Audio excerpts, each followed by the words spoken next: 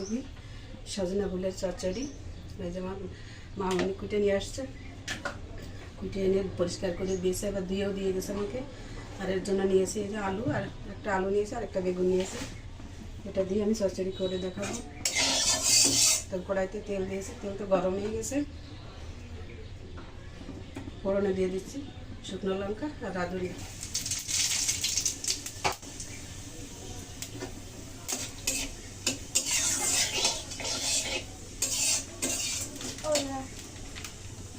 বলো না, ফোড়ন তো ভালো করে ভেজে নিলাম, দিয়ে দিচ্ছি আলুগুলো। হ্যাঁ বলো। না মা ফুলটা তাহলে আলু সিদ্ধ করে নিতে রান্না করতে, এখন ভাজলে শক্ত হয়ে যায় না। আমি জলে দিয়ে তোমাকে চচ্চড়ি করে দিচ্ছি, তারপর তুমি সেটা খাবে। যেটা কেমন লাগে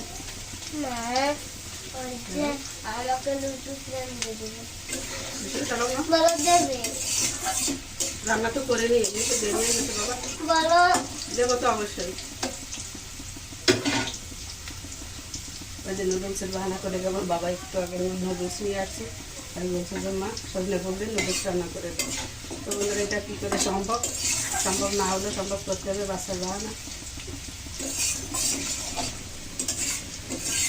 তাহলে সজনে ফুল দিয়ে না দিয়ে নুডলস করে দিতে হবে, তাই সব কথা। রান্নার থেকে শুরু হয়ে গেছে।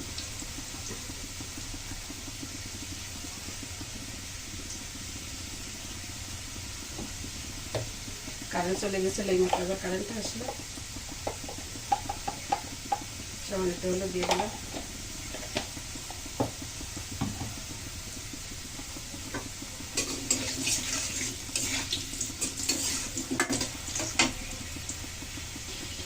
আলু তো সুন্দর করে ভেজে নিয়েছি, এখন বেগুনগুলো দিয়ে দিচ্ছি।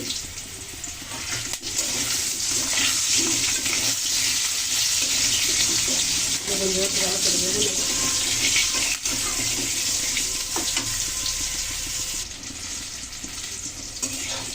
কারেন্ট কিন্তু আবার চলে গেল, জানি না একটু দিয়ে যায়, 3বার কারেন্ট গেল। আলু বেগুন তো ভালো করে ভেজে নিলাম, দিচ্ছি সামান্য আদা বাটা আর দিচ্ছি একটু জিরা বাটা।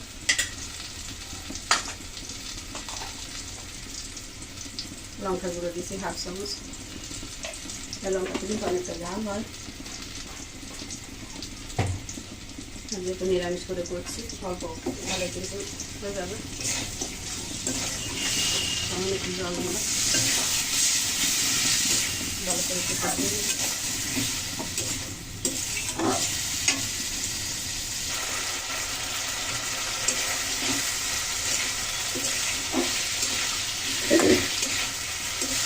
মশলা দিয়ে একটু ভালো করে কষিয়ে নিলাম, জল দিয়ে দিলাম।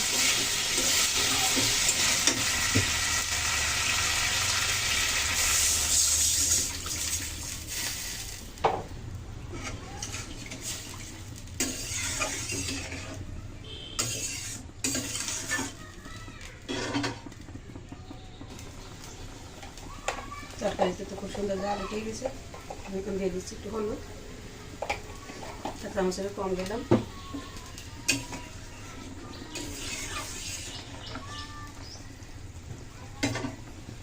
এখন এই ফুলগুলো দিয়ে দেবো।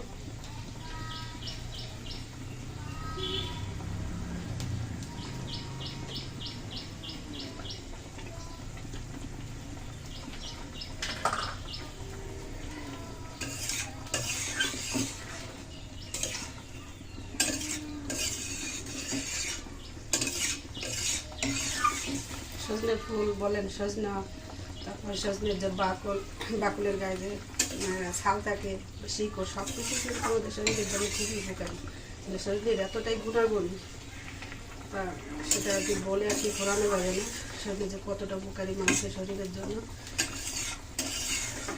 বন্ধুরা এখন একটু ঢাকা দিয়ে দেবো, সাথেই থাকুন।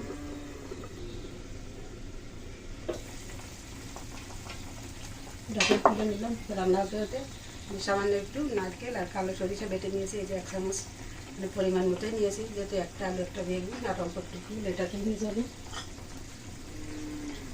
আর অল্প একটু দিয়ে দিলাম আবার জিরা, কাঁচা জিরা বাটা।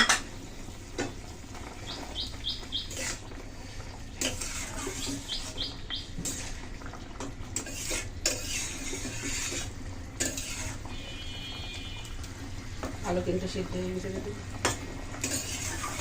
জলটা টানিয়ে নেব, আবার ডেকে দিলাম, ঢাকনা তুলে নিয়েছি। জল দেখুন অনেকটাই শুকিয়ে গেছে, আরও শুকাবো। এখন দিয়ে দিচ্ছি এই যে পরিমাণ মতো লবণ, দিচ্ছি 1/2 চামচ চিনি,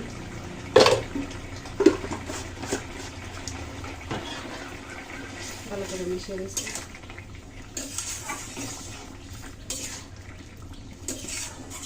ফুল কিন্তু জলের উপর না দিলে এতটা কিন্তু সিদ্ধ হয় না। দেখুন কত সুন্দর গলে গেছে ফুলগুলো, কেটে গেছে। দেখুন একদম চাপ দিলে কিন্তু মিশে যাচ্ছে।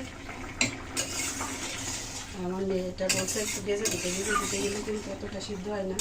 অবশ্য আগে সিদ্ধ করে নিতে হয়, কিন্তু এমনি যদি কড়াইয়ের উপর দিয়ে ভাজা হয় তাহলে কিন্তু এটা কেমন শক্ত টাইপের হয়ে যায়। যে তোমরা ছোটোকালে খেয়েছি অনেকটাই জানি। কিন্তু এইভাবে ফুটন্ত জলের উপর দিলে কিন্তু এই সব ফুলগুলো অনেকটাই সিদ্ধ হয়ে যায়। সেটা তো দেখতেই পাচ্ছেন কত সুন্দর বলে গেছে। আমি আরও কিন্তু শুকাই নেবো, একদম আটা আটা করে রান্না করবো, গা মাখা করে।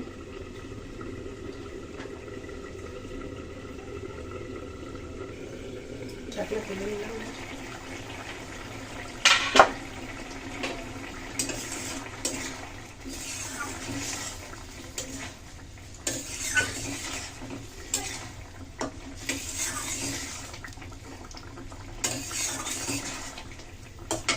দেখুন রান্নার ভাতে আমি কিন্তু কিছু থানকুনি পাতা এই যে বেছে নিয়েছি। গ্রামে কিন্তু আমাদের একটা সুবিধা আছে, একজন একটা কিছু খেতে গেলে আর্জেন্টে কিন্তু প্রায় দিয়েই খায়। মানে রাস্তা থেকে আমার মেয়েটার একটা কাকা নিয়ে যাচ্ছিল, ওর বাবা ছিল রাস্তায়, তো দেখে ওনাকে কিছু দিয়ে গেছে, তো আমি বেছে রাখলাম এতক্ষণে। এত সুন্দর শাকগুলো।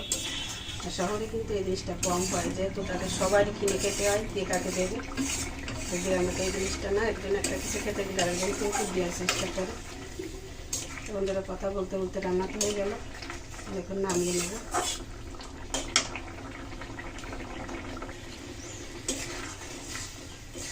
কত সুন্দর মাখা মাখা হয়ে গেছে, আমি এখন নামিয়ে নিচ্ছি। চুলা বন্ধ করে দিলাম।